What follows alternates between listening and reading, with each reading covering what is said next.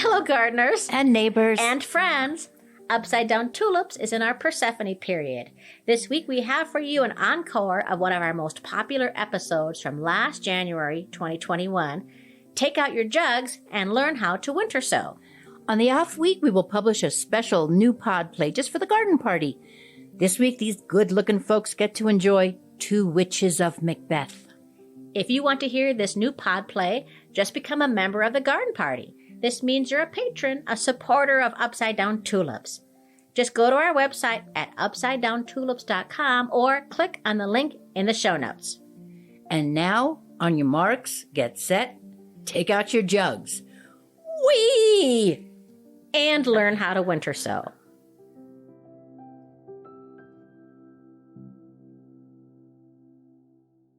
Christy? Yes, Edith. What's pollen? I don't know. Pollen is what happens when flowers can't keep it in their plants.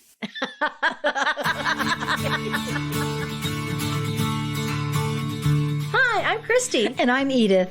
We're backyard gardeners from Colorado. And neighbors. And friends. These days, gardening has gotten very popular. And we've noticed more and more people picking our brains for tips and troubleshooting about gardening. We're not experts. We just learned a lot about gardening from the mistakes we made along the way. So welcome to Upside Down Tulips, a fun podcast that celebrates gardening gone wrong. Upside Down Tulips.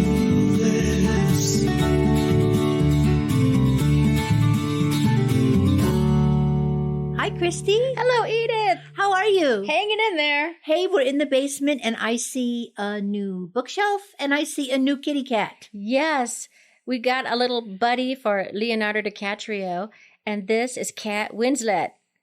But more importantly, you got a buddy for the old bookcase. You just never want to have just one. We got extra bookcases and extra cats. Exactly. It looks great down here, Christy. And I love that we're back in the basement. Yeah, me too. Hey, we launched our Patron Club. Yes, the garden party. The garden party. We have a garden party. And so, folks, if you want to become a sponsor, if you want to support Upside Down Tulips because you like to garden or you like Christy and Edith, or you get some entertainment when you listen to the show, or some information and infotainment. Oh, nice. Yes, thank you. And people already have. Yeah. I never thought that I would get any kind of a patron. Oh my gosh, I feel like Caravaggio in Venice or something. Yes, or Michelangelo. He had patrons, right? Yes.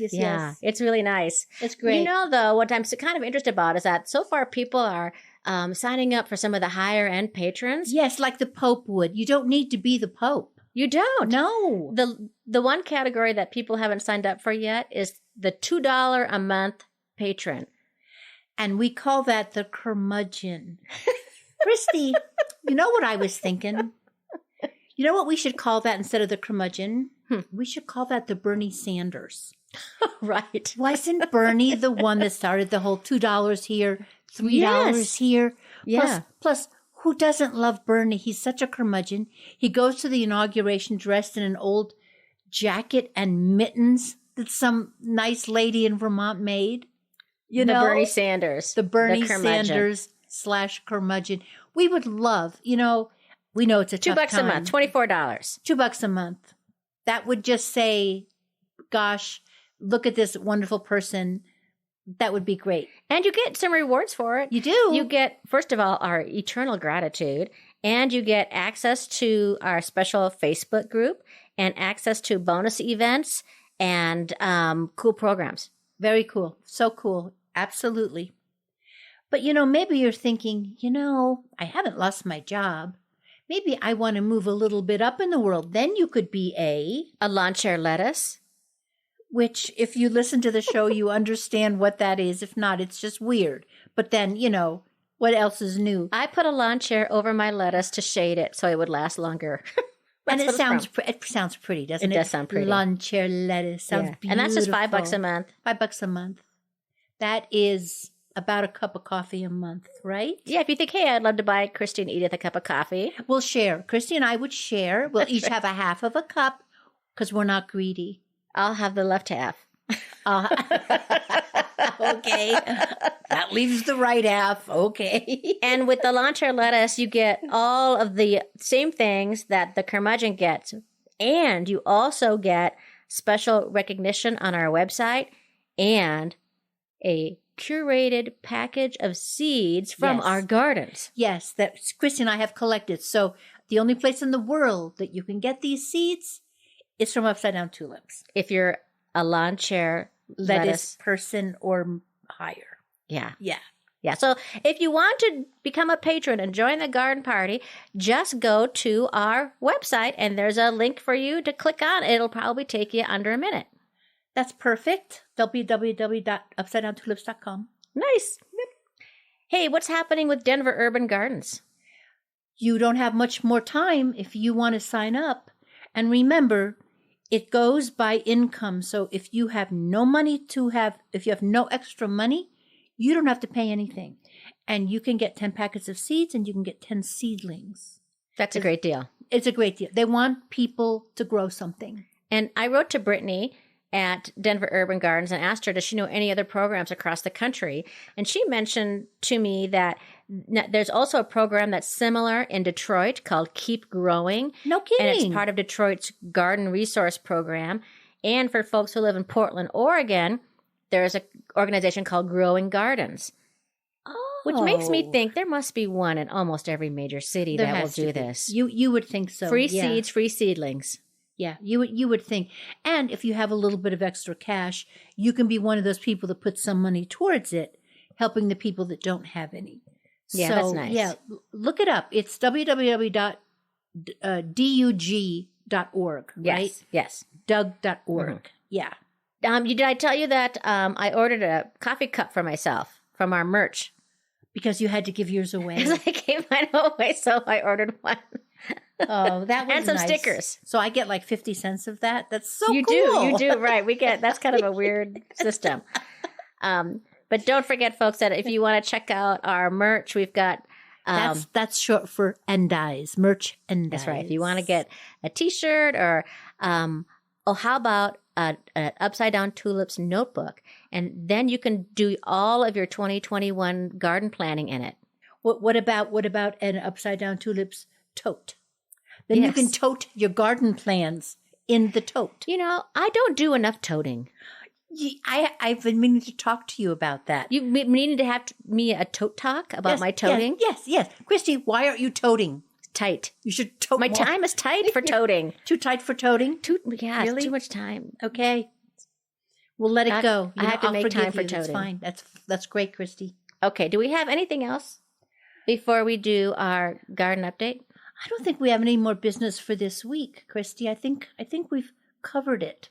Okay. Well, how's your garden, Edith? Dead, brown, crispy.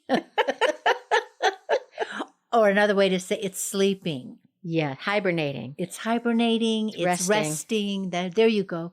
It's gathering itself for next summer. Lots of stuff happening underground. Yep.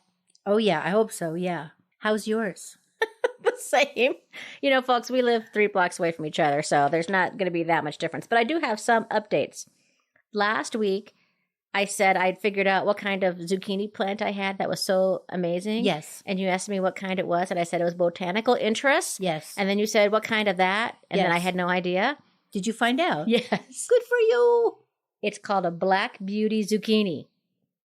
There's Black Beauty eggplant. Oh, that's interesting. That is interesting. Okay, because just saying generally it's from the seed company isn't all that helpful. It's not enough. Oh, No. not really, but we appreciate you anyway. That's good to know. Black Beauty, if you want, and the whole point of it was it didn't spread over her entire garden like mine did, and then you can't plant anything else. And also, I went seed shopping. Seed shopping? Yes. Live or through a catalog? Live. Really? Yes. I went Who nuts. has seeds already? I went to Ector's, which is a Denver local nursery. Mm-hmm. I had a 50% off coupon. Excellent. Oh, you look. She You wanna brought, see she how brought many the seeds I quick. bought? Okay. I went nuts, Edith. I bought oh my gosh. like 30 packets of seeds. Oh my gosh, Christy. I don't know what I was thinking. I went That's absolutely insane. Anything that you've never planted before? Delphinium. It's a flower. Oh, I love delphinium. But I got herbs and beans and cucumbers and cauliflower and zinnias. So, Christy, a lot of these flowers you're mentioning, we can talk. You maybe bought them for your winter sowing. I did. Aha. Yes. We're tying the whole thing together. It's like a thread. Yeah. So I got some new types of flowers, and I got some ornamental grasses, which I know you love ornamental grasses. I don't really love them, but no, you love them. Look at these. I got these bunny tails. Aren't those cute? Yes, that's a cute picture. But I'm very excited about the delphinium because that's such a big, big, beautiful flower. And of course, every year I always get the state flower, Columbine. Rocky Mountain Columbine. Every time I grow it, though, it doesn't come out blue. It comes out purple. So I don't know what the deal is that. So we'll see if I get it blue this year. Okay. And I bought some houseplants. Okay, good. Do you ever find in the winter that you just need to put more attention into your houseplants because you can't go out into the garden? No. Not really. I tell you, I was at the nursery and they had this buy one, get one, 50% off. And I saw all these houseplants and I kind of went nuts. Are those two of them that I'm looking at here in your beautiful office down here? I got a snake plant and a Chinese evergreen and a pot though. So very easy plants. My cats are enjoying chewing on them. So, I have a snake plant. Is that the one that's also called mother-in-law's tongue? yes. Also Sansevieris. Sansevieris. I have one, Christy, I think it's probably 30 years old. Nice. It is. Must be big. Oh, gosh. It may be 4 to 5 feet tall. Yeah. Well, we'll see how tall this one gets. The cats tipped over this one today, so I had to repot it and put it back in. So we'll see how long it lasts. I know they look very guilty right now. And remember last time we were talking about marigolds?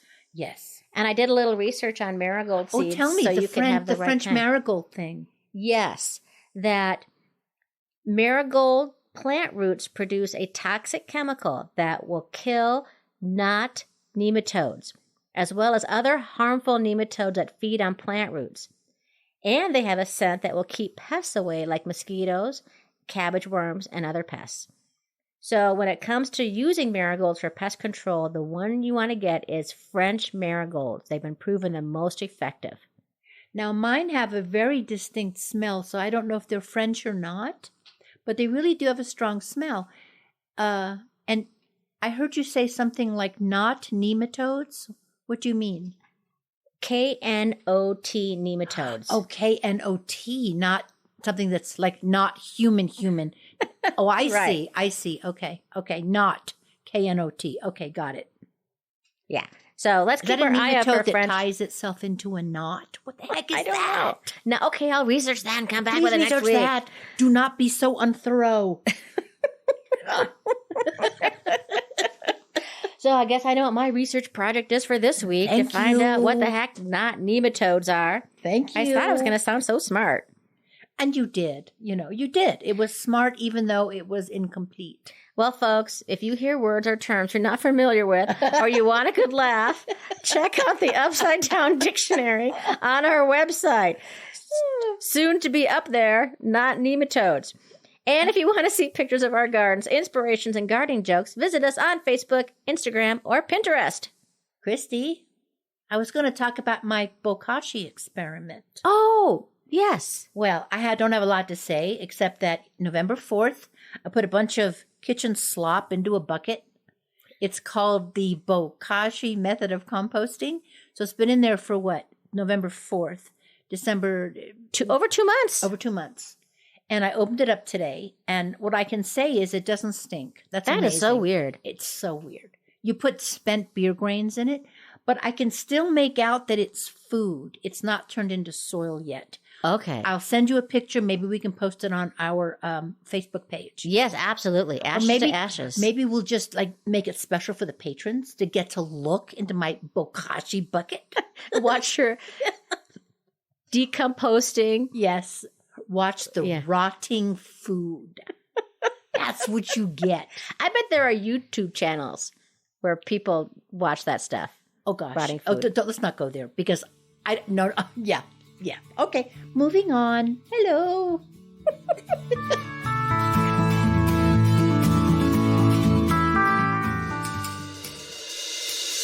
Hey, this is Johnny Hardscribble, a journalist and a sports writer.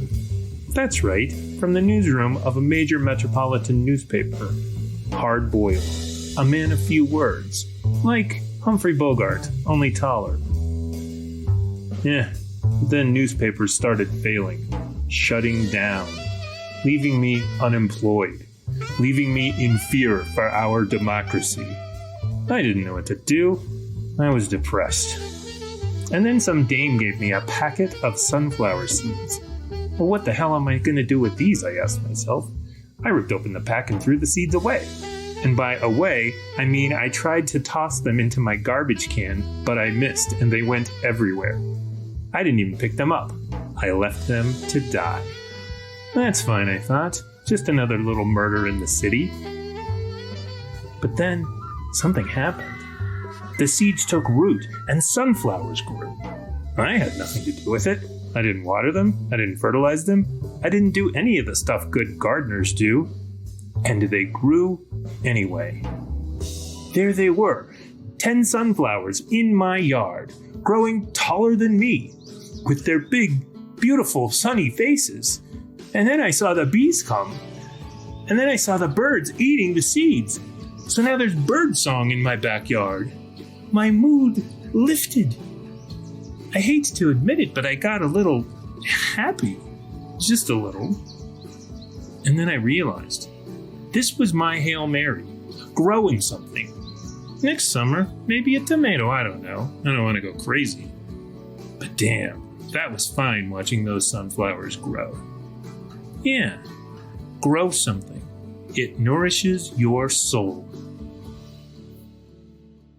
Hi, listeners. How are you? We're back. And we are going to, Christy's going to, because she knows everything about it, about winter sewing. Now, let's be clear. That's not spelled Sewing.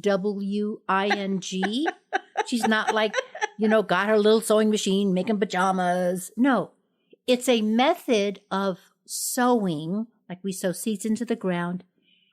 In February, I guess, why don't I just let her start talking? Christy, hi. Hi. So when I first started gardening, I would plant seeds in the ground, or most of the time I would go to the nursery and buy seedlings, which are expensive, or you don't get the kind that you want. Exactly. And I discovered a method of outdoor seed starting called winter sowing. So this is outdoor seed starting, okay, in the winter. As opposed to doing it inside. Okay. In a nutshell, what it is you recycle any kind of container with a lid.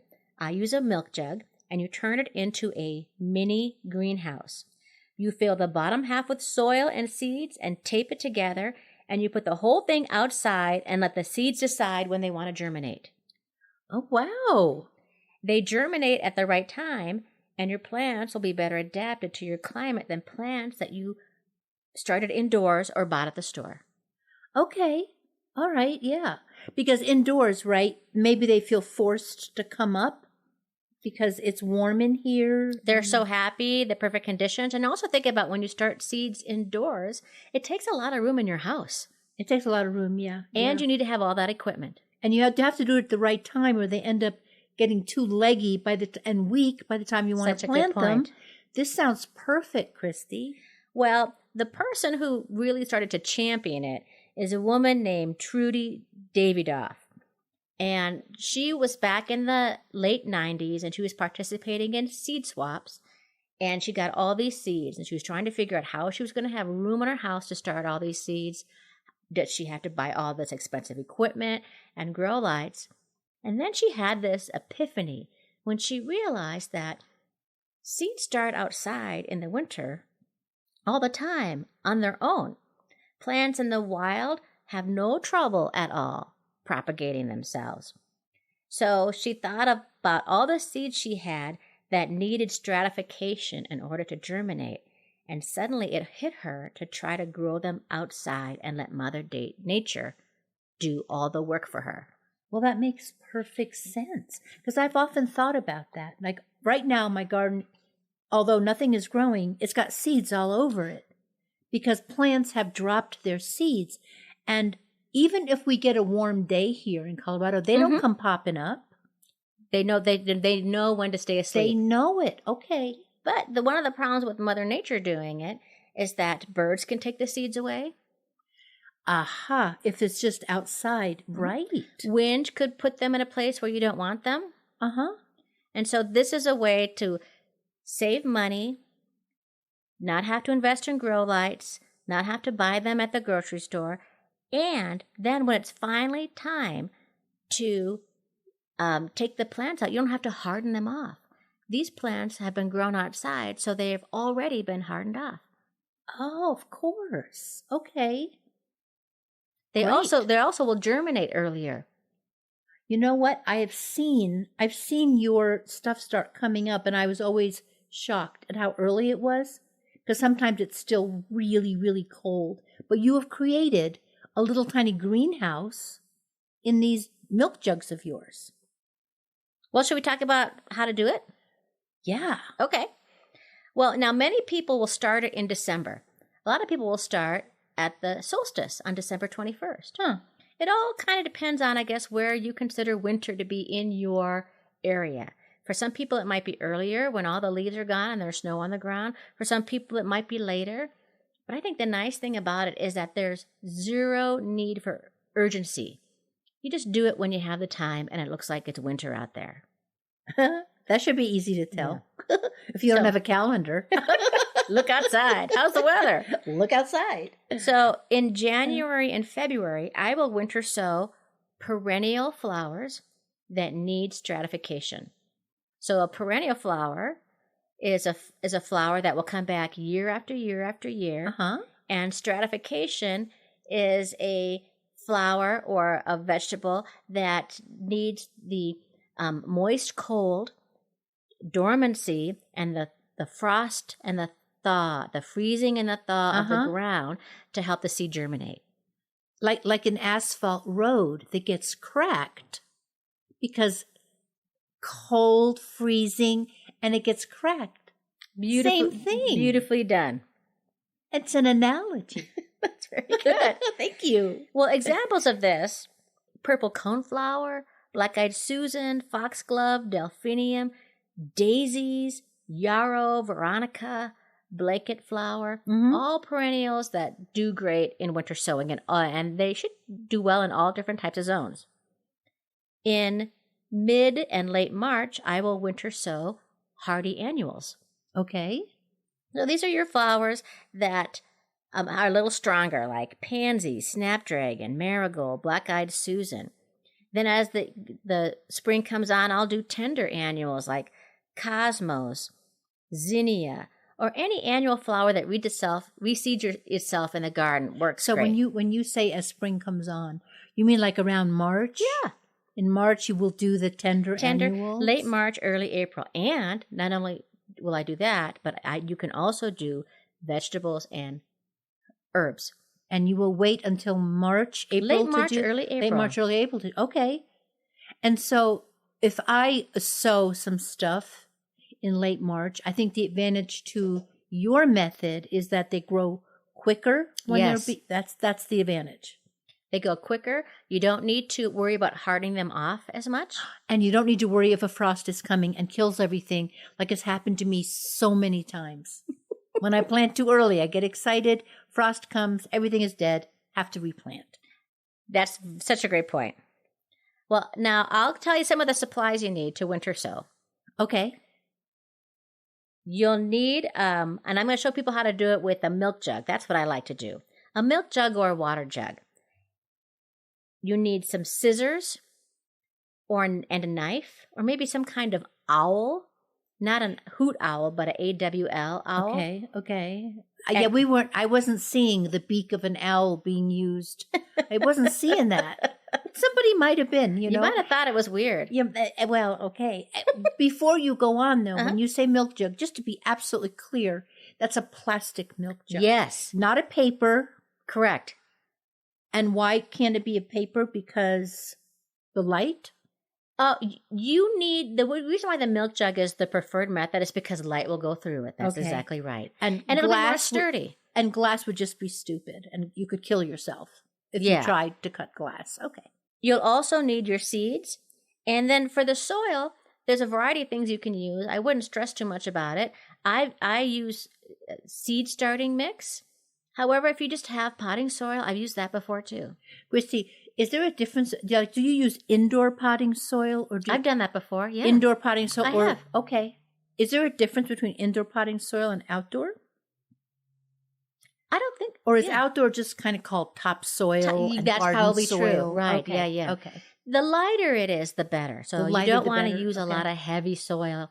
You wouldn't want to use compost, or you wouldn't want to use soil from your garden. Okay. Though I am really impressed that you're using the word soil. Instead of dirt. Yeah. I'm trying to sound educated now, okay? Okay, where was it? Okay, you need soil. Yeah. You need some kind of permanent marker to label the milk jugs, and then you need some clear packing tape or duct tape. Okay. And you may already have all this stuff around your house, right? Uh-huh. If not, steal it. Yeah. Kidding. I'm just kidding. Don't steal.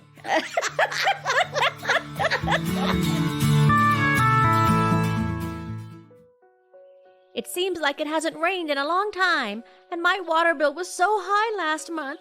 I can't afford to water. Oh, what shall I do? Oh my gourd! Could it be? Is it? It is. It's the Fairy Godwater from the Gardeners of the Galaxy. Stand back, earthly backyard gardener. I bring water to your garden. Oh, thank you so much. Oh, lovely, just perfect. What is wrong with my squash? Instead of little squash growing, I have these shriveled little knobs where zucchini should be. Oh, what shall I do now? Oh, it's the bee team from the Gardeners of the Galaxy. Okay, bee team, let's pollinate. Of course, that's the problem. We don't have enough bees in the neighborhood. Oh, look at my poor limp peppers. Oh, what shall I do? The garden is well watered, but the soil dries out so quickly. Is someone coming to save my day? It's the Mulch Master, my favorite superhero. Here I am to save your day. Oh, thank you, that's great. Oh, wait now. Please stop. Can you hear me? That's my peach tree. Oh, well, it was my peach tree. You just needed some mulch, so I made some for you. Enough for the whole summer. Always use mulch. It saves water and your plants. Thank you. Could you also? Or not. The Gardeners of the Galaxy. Superheroes whose adventures do not include exploding heads, melting eyeballs, pummeling, punching, burning, busting, fights to the death, murder, torture, car crashes, shooting, smashing bombs, or toxic masculinity. They just grow things. Thank you. So here I have an example of my plastic milk jug. And the first thing you do is you take the lid to the milk jug and you throw it away. Okay. You don't need it. You never need it. Okay. Get rid of it. And really, if they don't like you to recycle it because it's so small, it gets caught between the. I did not know that. Yeah, they don't like that because it'll stop the whole apparatus. that's I guess. Yeah. Oh man. And then wash it out really well. You can stick it in the dishwasher. I just wash mine in the sink. Wash your milk jug out. Get rid of and make sure it's nice and clean. And then at the bottom, you poke a bunch of holes. I did this with the scissors. You could use a knife, or you could use an owl, or you can use an owl. Okay. Okay. And I would say I poked maybe about 12 holes in the bottom, and that's for drainage. Okay, very good. Then Before you move further, can I tell people how you cut it? well, that's what I'm going to explain right now. Oh, please do. Yeah. So then you cut the milk jug about 4 inches from the bottom, and you leave an inch uncut at the back of the jug to create a hinge. I see. And we'll put pictures of this on Facebook for people to see. So that it looks like it has a little mouth and just goes back and forth on it. Then you put about maybe 3 to 4 inches of soil in it. Mm-hmm. And you plant your seeds according to the instructions on your seed packet. Do you water them right away? Yes. You want to make sure that it's nice and moist so that it looks like wet cake batter. That wet? Wet cake batter, nice and moist. Okay, that's really moist. Yeah. Okay. Then make sure you label it with a Mhm. permanent marker, because when it sits outside, it's going to fade a lot. That's true. So That's make sure. true. Sometimes I even label it inside too. So, And- Christy, you can't.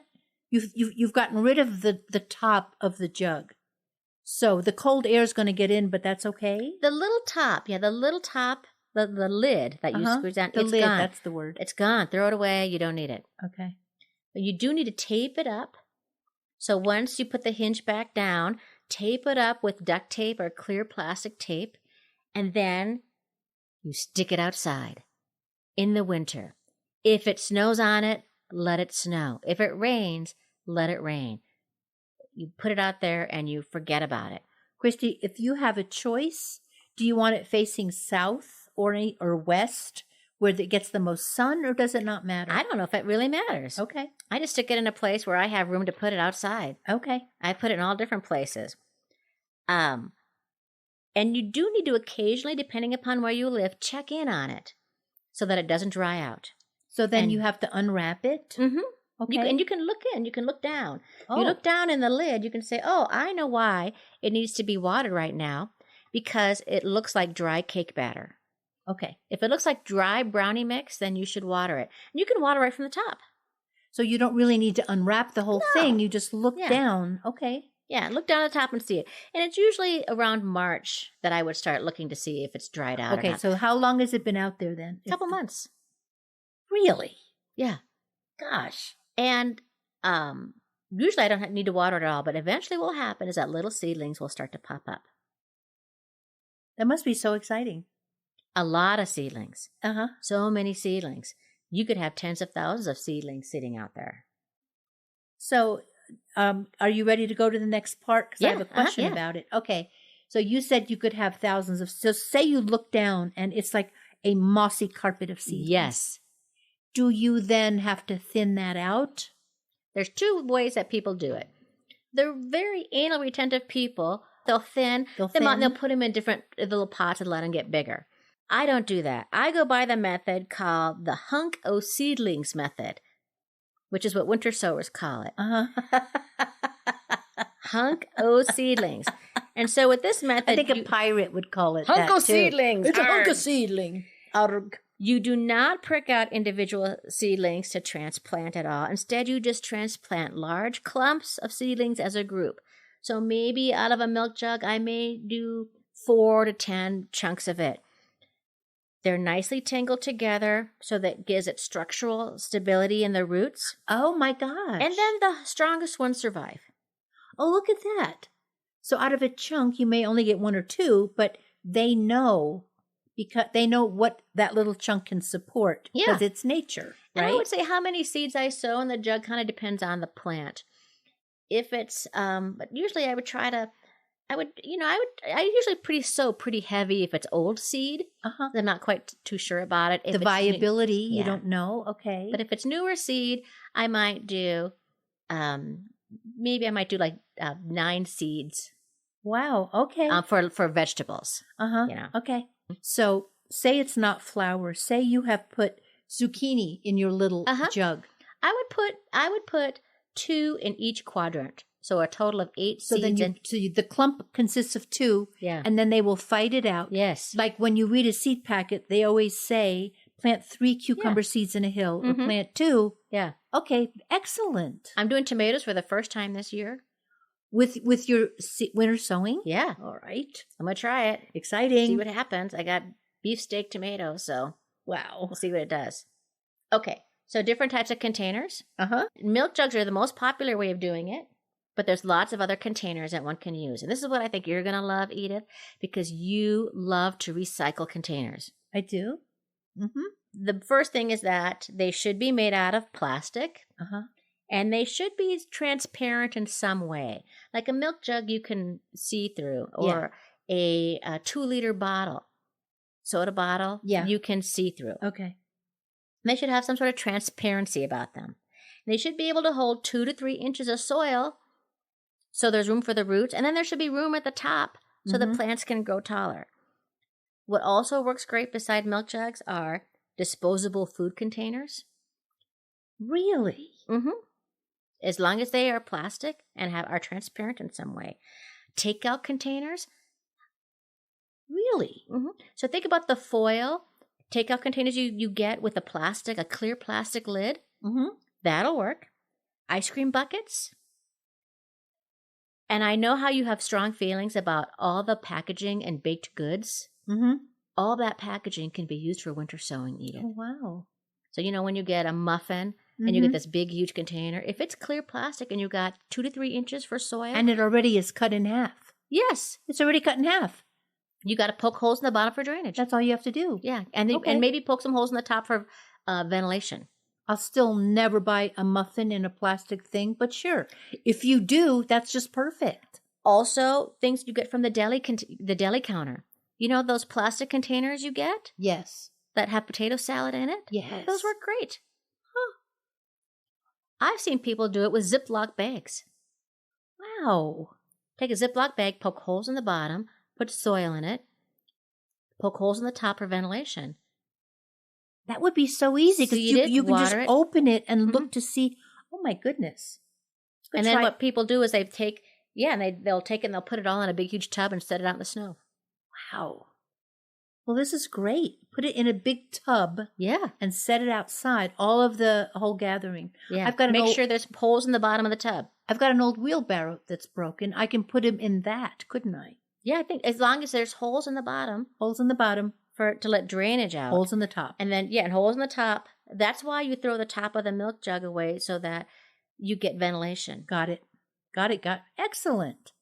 This is exciting. Are you going to do it this year, right? I'm going to do some of it, yes. Now, I'll tell you a secret about, you may wonder, how many milk jugs did I do last year? I did about 30. Oh, wow. Jeez, wow. You might think, I must drink a lot of milk, right? No, I don't drink milk at all.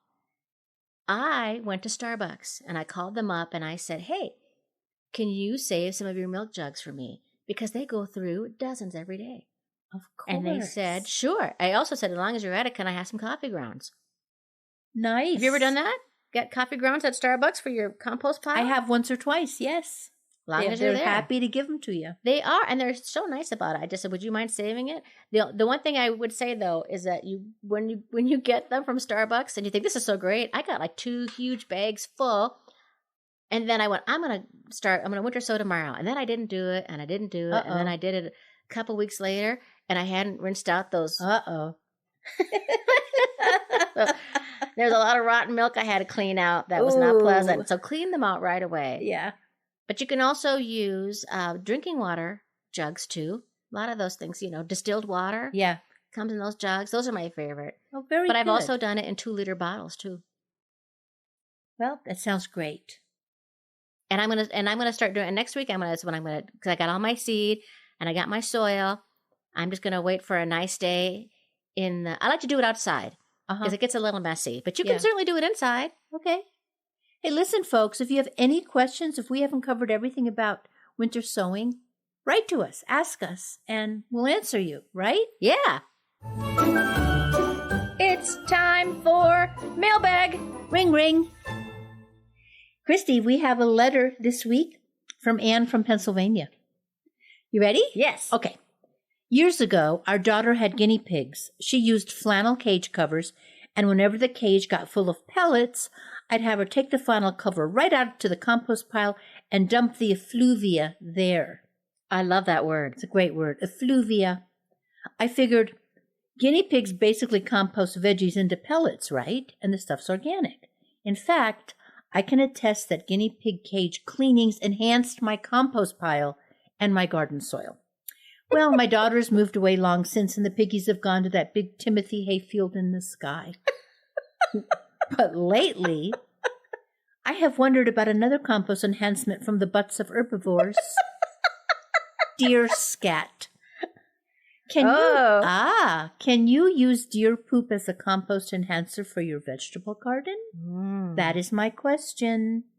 They eat mostly grass and shrubs and berries, and my perennials. They are like cows, ruminants. And cow patties are good for the garden, right? I find piles of deer pellets all over my yard. It would be easy enough to scoop them up on a shovel and heave them on into the composter. Thoughts, answers, ideas? Well, I did do some research on this. Look at you go, Edith. Well, I love research.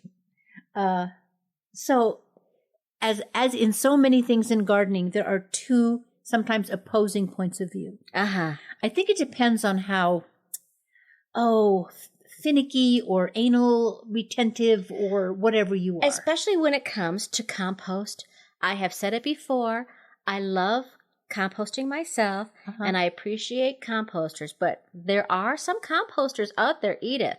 Yes, there are. That are very persnickety. And there are some people who see, oh my gosh, E. coli. It could be E. coli, and you hear about California with the lettuce and how did the E. coli get there? It comes from some things scat. So that's why I did research, and I kind of delved into it a little deeper to see which side I'm on. Okay. Right, because I'm not only interested in about the deer scat, but also cow, horse, all of that.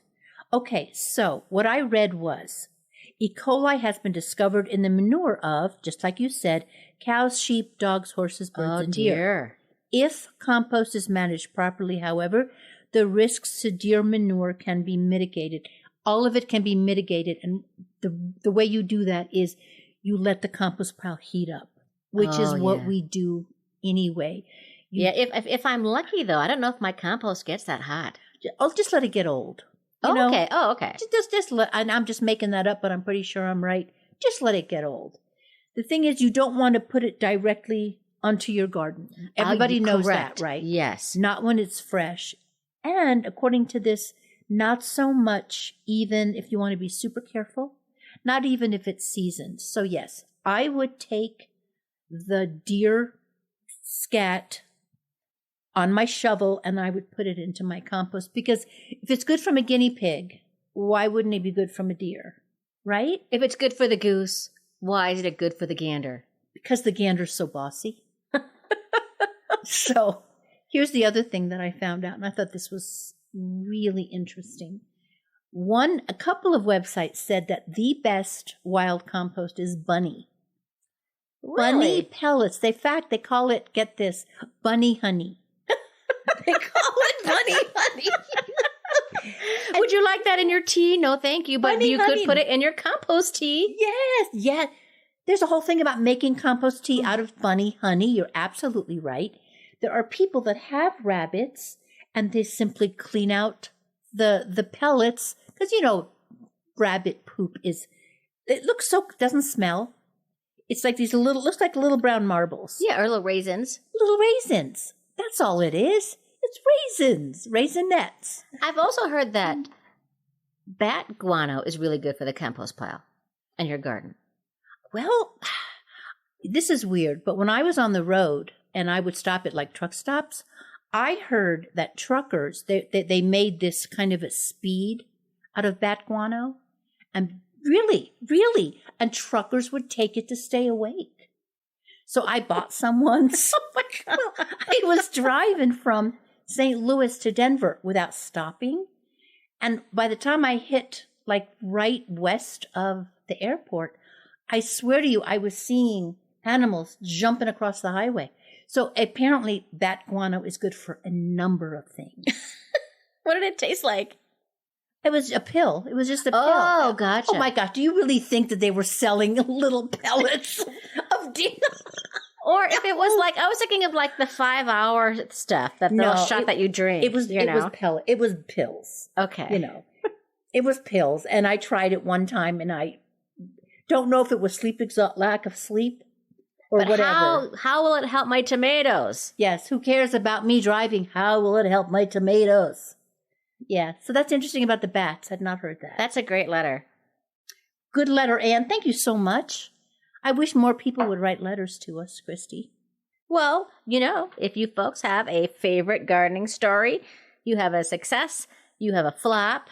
Yep. You have questions. Yep. If we don't know the answer, we'll research it. We love hearing from you. Write to us at upsidedowntulips@gmail.com or at our website at upsidedowntulips.com. Yeah. feel like I need to be inspired right now, Christy.